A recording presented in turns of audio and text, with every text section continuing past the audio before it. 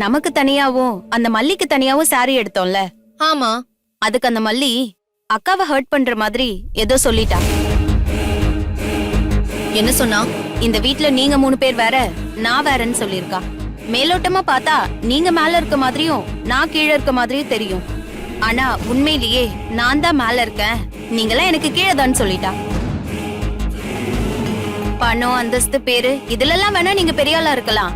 ஆனா மானோ, ரோஷோ, தன்மானோ இதுல எப்பவுமே நீங்கெல்லாம் என் பக்கத்திலே வர முடியாதுன்னு சொல்லிருக்கா. அதனால உங்களுக்கும் எனக்கும் ஒரே மாதிரி புடவை எடுக்கிறது சரியா இருக்காதுன்னு சொன்னாலாம்.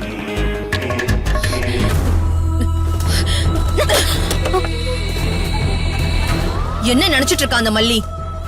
ஆஃப்டர் ஆல் ஒரு கிராமத்து ஸ்கூல்ல 12வது படிச்சிருப்பாளா அவ? ஊர்ல இருந்த வரைக்கும் ஒரு 2 வேளை சாப்பிட்டுருப்பாளா அவ? ஒரு நல்ல பெட்ஷீட் விரிச்சு தூங்கி இருப்பாளா? பஞ்ச பரதேசி மாதிரி இங்க வந்தவ இங்க வந்து என்னமோ மானத்தை பத்தி எல்லாம் பேசிட்டு இருக்கா.